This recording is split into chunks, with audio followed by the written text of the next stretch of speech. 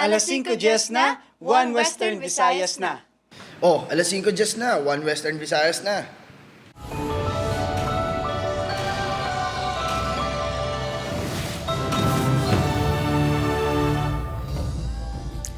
Mga balitang atong tutukan subong nga Miyerkules, pila ka oras antes ang bagong tuig, padayon ang pagdagsa sa mga nagabakal sang palupok, apang Department of Health padayon nga nagapanawagan nga likawan ang paggamit sang mga ini. Siyam ka fireworks-related injuries na record sa Western Visayas. 37 ka insidente naman na record sa NIR antes magbulag ang tuig 2025. Mga pasahero nga magapauli sa ilatag sa kaprobinsya para sa bagong tuig, nagdagsa sa mga terminal sa Iloilo City. 7 ka balay kag isa ka furniture shop na sunog sa Barangay 31, Bacolod City. Samtang hardware store sa Barangay Banago na sunog man. 3 ka minor de edad na lumos sa Moroboro Dam sa Dingle, Iloilo. Isa sa mga nalumos nakadanlog rason nga gintingwan sa Albaron sang kaupdanan. Kag ano bala ang mga dapat himuon na gud malikawan nga mas stress sa mga hinuptanan nga ido sa mga palupok.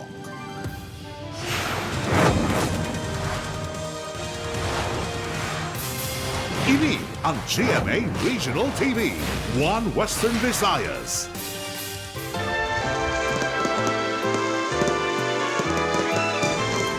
Mayo nga po Western Visayas kag Negros Occidental, malantaw kita sa live streaming sa YouTube channel sa GMA Regional TV kag Facebook page sang One Western Visayas.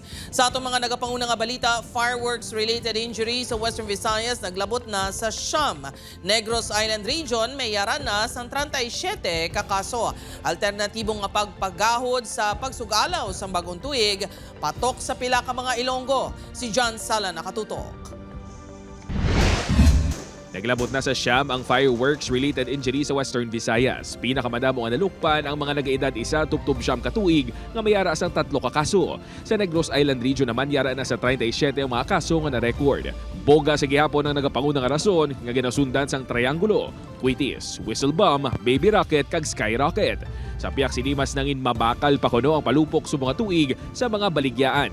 Pila ka oras antes ang pagsugalaw sa bagong tuig, last stocks na lang kuno nanday Manong Erwin ang nakadisplay sa ila pwesto diri sa firecracker designated area sa Barangay Buhang Haro. Based sa observation na mo kagapon, sir, wala kami ka-expect nga mo ito katamos ng tao. Kagapon ang flow ng tao sa mga salakyan, do 31 na. So, tanagid nga stall, I think nakahigit sa kota. Tradisyon na kuno sang pamilya ni Manong Lito nga magginahod sa New Year countdown. Apang bangod may mga magagmay pa ini nga kabataan.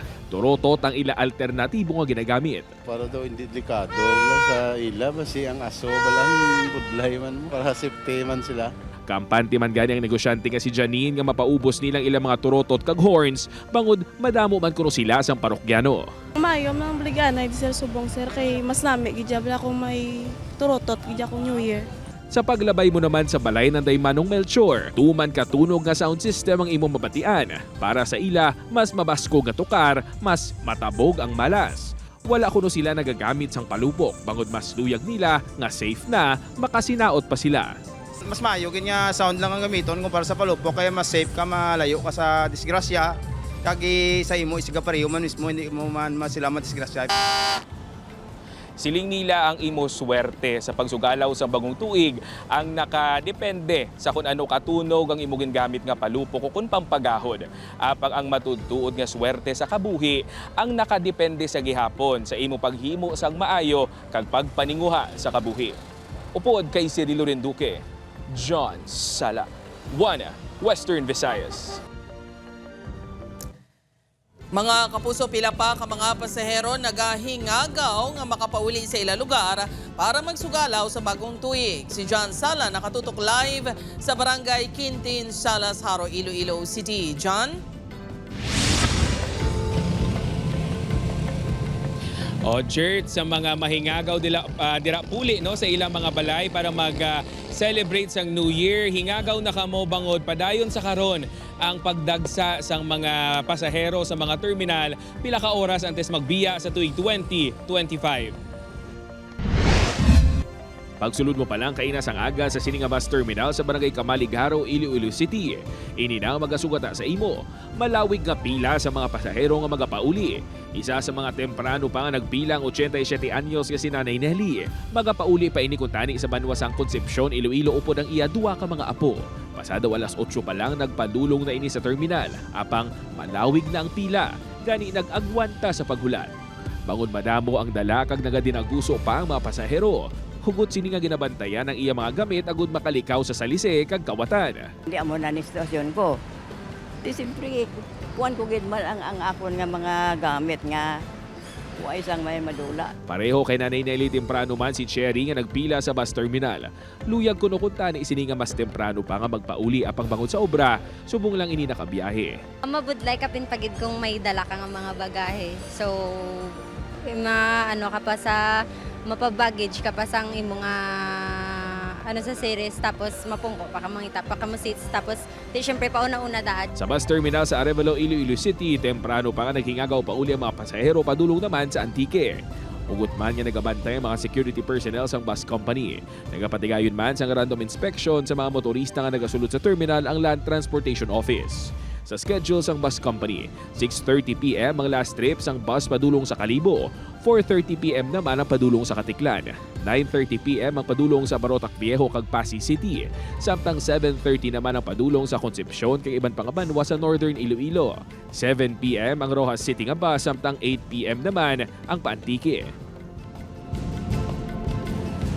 Jert, suno sa personnel sa bus company nga nagadumala sang terminal dito sa bahin sang Kamaligaro kag sa may Arevalo, Iloilo City, bastante ang ilang units. Apang wala na kuno sila sang extension pa sa ilang mga biyahe. Apang buwas no, January 1 balik sa normal ang schedule sang ilang mga trips. Jert.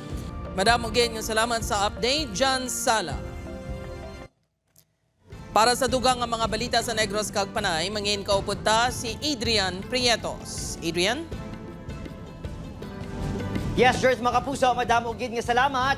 Siyam kabalay kag pila ka establishmento kinlamon sang kalayo sa duha ka separado nga insidente sang sunog sa Bacolod City. Yaring balita ang aton gintutukan. Ara pa sa gihapon ang nabatsyagan niya kakulba sang Iloy nga si Myron matapos syutayan lang nga matrap sa sulod sa inabalay nga nasunog. Natabong insidente kahapon sa Barangay 31. 7 ka mga balay, lakip na ang balay ni Myron ang nasunog. 6 ang totally gutted. Bago lang ko na stroke daan, nayo tapos pilang kalayo nagdako. Na hindi na kami makadugtong pa ng pangunahon namon basta safety na naman po galingon. Nasunog man ang bahin sang sini nga furniture shop lapit sa balay ng Day Myron. Si Tess naman, tuma ng kasubo. Bangon na trap sa sunog ang pila niya ka mga hinuptanan ni Ido. Ang ama sini nang napatay. May utod di siya nga 4 ka bilog tapos siya lang na ang utod niya tuto na sunog. Pila sa posible gintunaan sa sunog ang padayon niya ginaimbestigahan sa BFP. Meron tayong 3 tinitignan na cause of fire. Ang una is unattended na cooking, and then ang pangalawa ang electrical ignition, and then ang pangatlo due to pagwe-welding. Aminado ang punong barangay nga nag-welding ang pila ka residente antes ng sunog. May nag-welding? May nag-repair sila sa ila atop. White na kabalo ko na lugid ang ginalinan. Pasado alas 11 sa aga, ginlamon sa kalayo ang inyong hardware store sa Barangay Banago. Naglapta ang kalayo sa kaiping establishmento kag sa duha pa ka mga balay. Hindi makapati si Pia nga naging abo ang iya balay pating siyangge nga palakabuhian. Andong ko ni Sir Mong. Muna nang pag-graduate ko, nag-anugit ko dayo, nag-changi.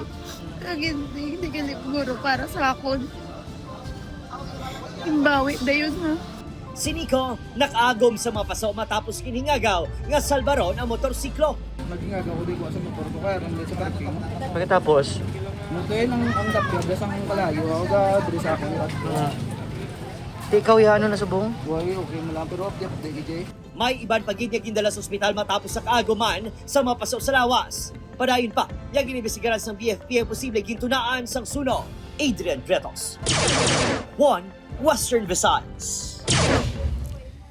Mga kapuso, 3 ka mga minor de edad patay sang nalumos sa Moroboro Dam sa Dingle. Isa sa mga nalumos gintinghwaan nga salbaron sang iba nga nalumos man, si Tess Ordales nakatutok. Ginbawian sang kabuhi ang 3 ka mga menor de edad matapos malumos sa Moroboro Dam sa Dingle, Iloilo kahapon. Sunod sa abyan sang 3 ka mga nalumos pasado las 12 sang gudto kahapon, nagpadulong sila sa lugar. Wala sila naglaom nga madalom ang level sang tubig, rason nga nagtampisaw sila kag nadadlog si Leron. Si Leron, ako naglukso, gid ako pinakauna naglukso ko na, ibuligan ko na, hindi ko ka ano ka na. Nagilusom lang we nagrigos gid.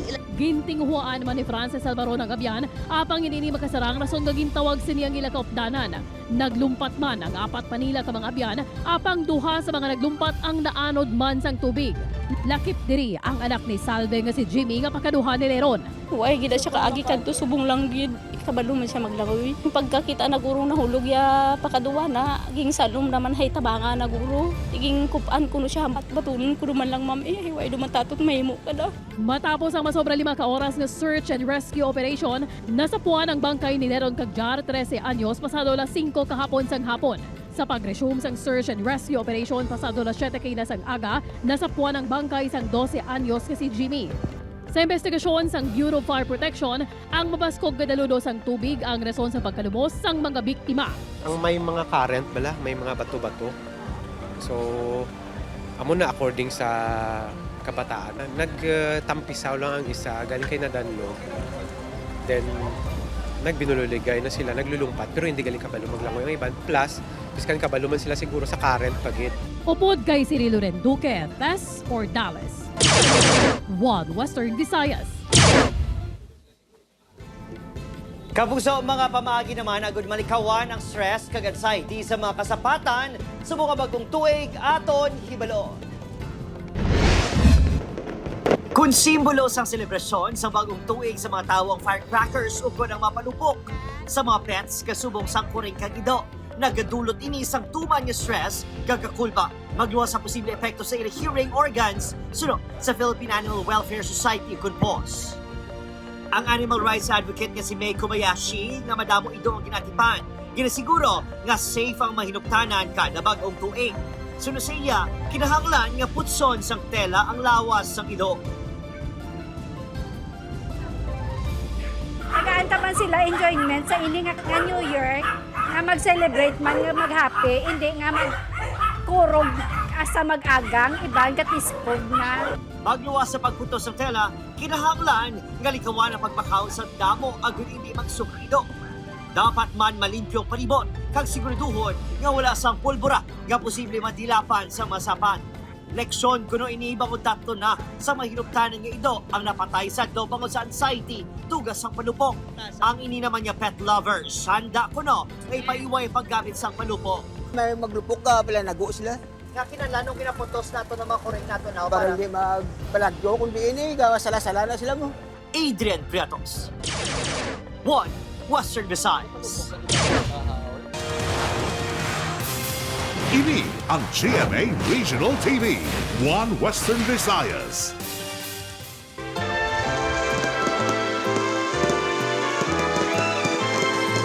Mga kapuso, pila ka mga turista ginpili nga magsaulog sang bagong tuig sa isla sang Boracay. Ang grande nga fireworks display handa na. Si Kim Salinas nakatutok live sa Malay, Aklan. Kim, kamusta dira?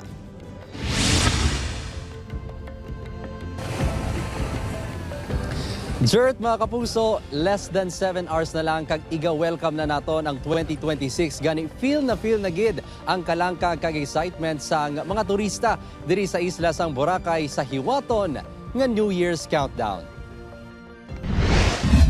Kaagahon pa lang, nagtupa na ang ulan sa Malay, Aklan. Sa piyak sini nag-alabutan sa gihapon sa Katiklan Jetty Port ang mga turista nga magasug-alaw sa bagong tuig sa isla sang Boracay. Sa entrance pa lang sang port, maid-id na nga gin-inspeksyon ang gamit kag maleta sang inbound passengers. Ang iban nga pasahero, luyag ma-experience for the first time ang New Year's Eve celebration sa isla. Trip nila mag-Boracay kasi sa nightlife about sa tas yung epic celebration ng New Year's Eve sa Boracay. So we joined them. Ang iban, makapila na kabeses magbalik sa Boracay bungod kuno. One of a kind kag the best ang fireworks display sa New Year sa Lubong.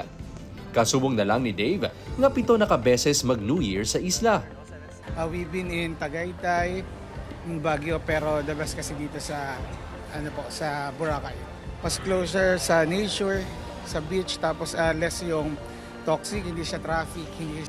Handa na ang 12 ka establishmento nga magapasanag sang kahawaan sa iwaton nga grande nga fireworks display karon sa tungang gabi. Magalawig ini sang 7 tubtob na 10 ka minutos nga malantaw sa stations 1 tubtob 3. Magluwas diri, may beach parties, banda, kag nagkalain-lain nga night activities nga mahimo ma-enjoy sa isla. All set na sila. Dinangamo na sila is ang security and safety na lang, no? Ang nagkukabangka. Kaya nga Bureau of Fire and Inspection ng Coast Guard na ang safety sa nasang mag-handle sa nagpapalupok. Samtang nagahulat sang aktibidad karon, gin-enjoy anay sa pila ka bisita ang pag-picture taking sa pila ka tourist spot sa isla. Kasubong na lang sang Willis Rock. We saw it on social media a lot, TikTok. So we wanted to see it. It's beautiful, lovely people, the view is stunning, good food. Good food. Jert, subulagid niya hapon, nagpatigayon sang send-off ceremony ang Malay LGU kaupod sa law enforcement agencies kag force multipliers agud masiguro ang kalinong kag katawhay sa mga aktibidad karon sa pagsugalaw sang bag-ong tuig. Gani gikan diri sa isla sang Boracay, Jert mga kapuso, Happy New Year. Happy New Year, Madam Ugid nga salamat, Kim Salinas.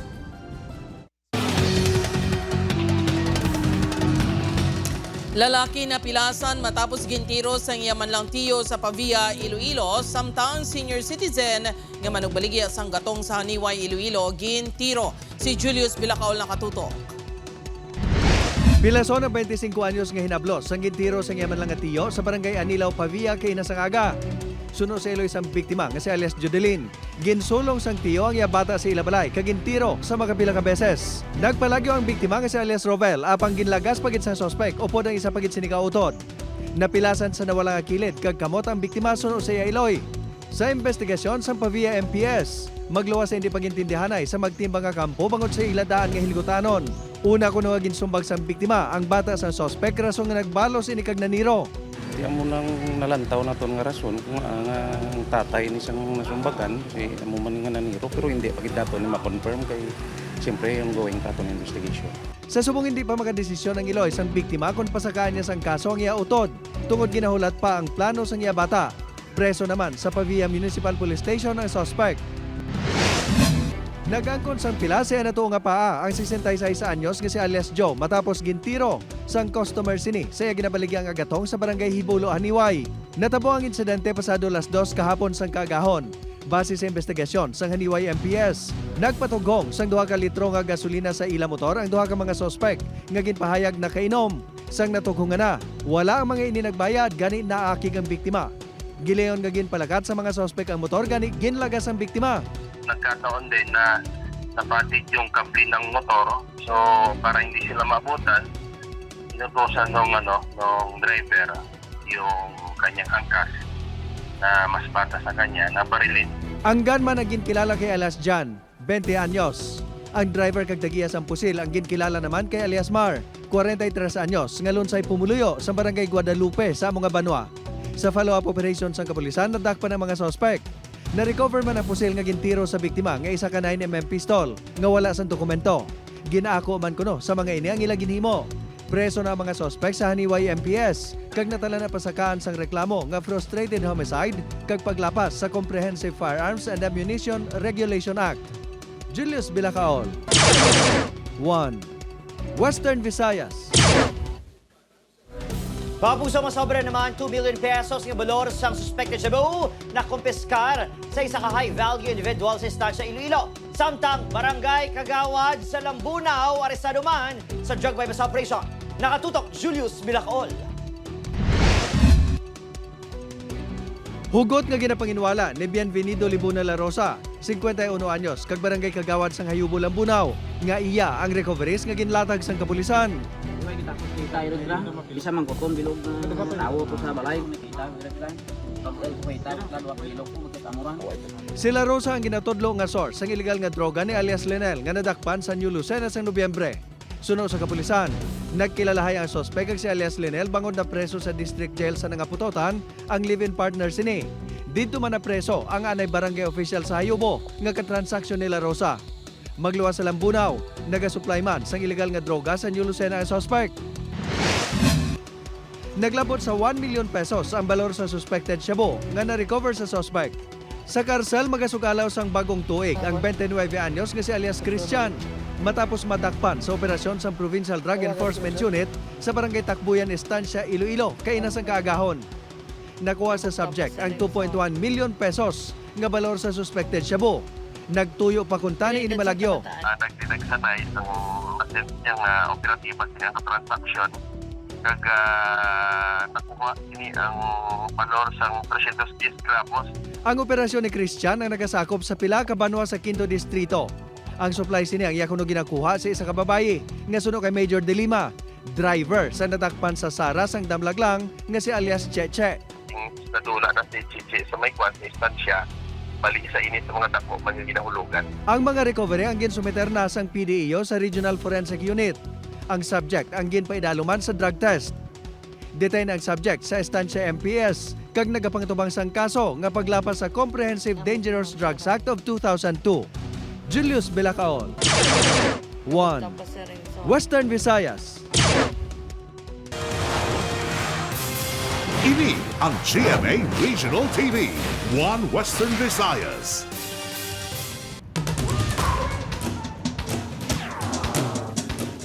Mga iskandalo sang korupsyon sang DPWH kag pila pa ka issue sang ginapahayag korupsyon sang 2025 aton handurawon sa pagtutok ni Kim Salinas.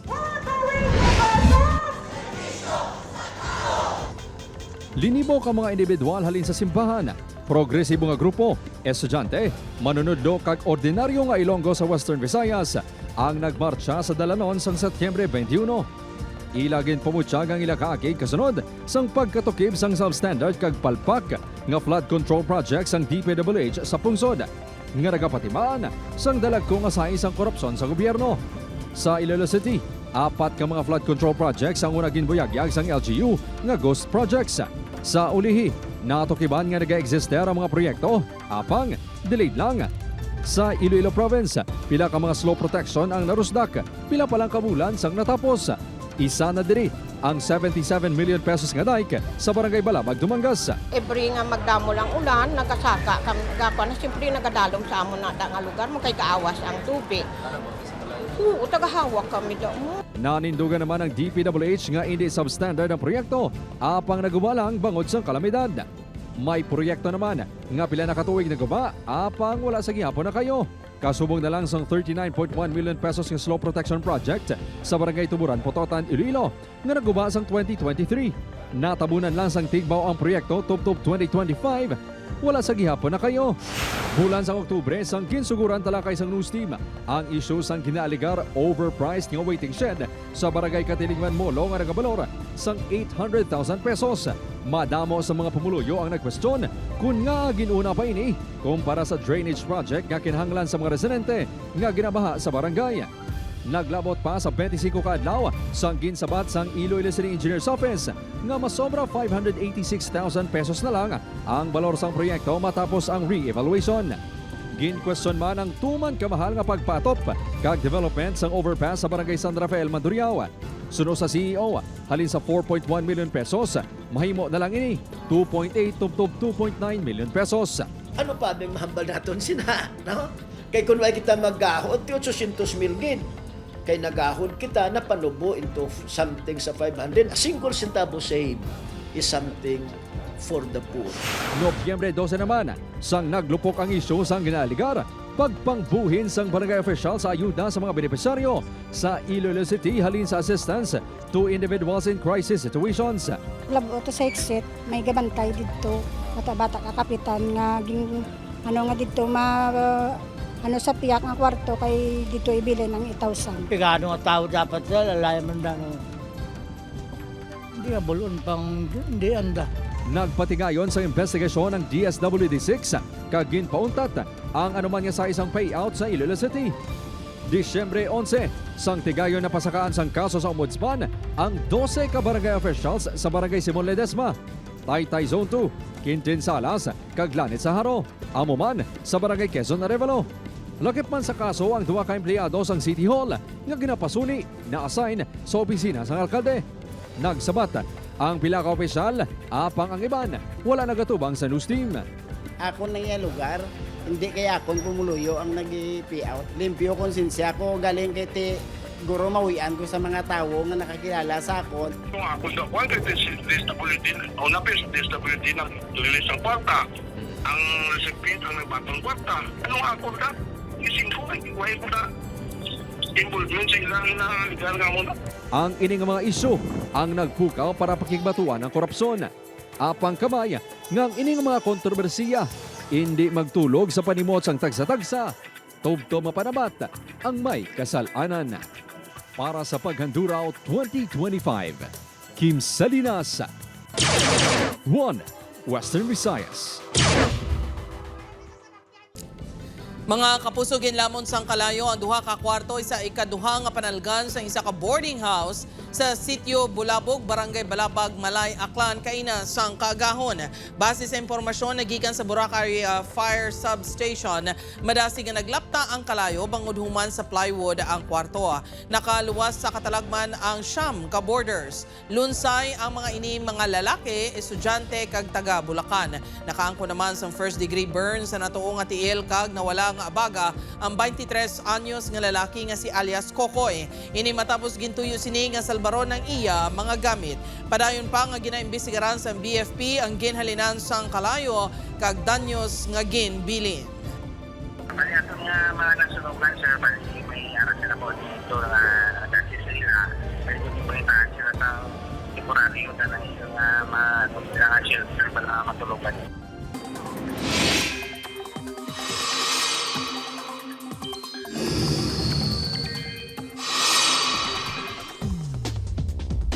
Mga puso, wala sang bagyo pero may mga pag-ulan sa iba niya bagay sang pungsod subo nga bispera sa bagong tuig. Inibangod sa tatlo gihapon ka weather systems nga shear line, amihan kag easterlies. Sa datos sa Metro Weather, dakong tsansa sang pag-ulan sa Western Visayas. May mabasog man nga pag-uubo sa pinakabahin sang Antique, Iloilo kag Negros Island region. Bangin alerto sa baha digan landslide. Amat-amat naman mabukinan ang pag-ulan pag-abot sa gabi. Posible man ang pag-ulan sa iba niya bahin sang pungsod. Mga kapuso, 6 ka oras na lang bagong tuig na.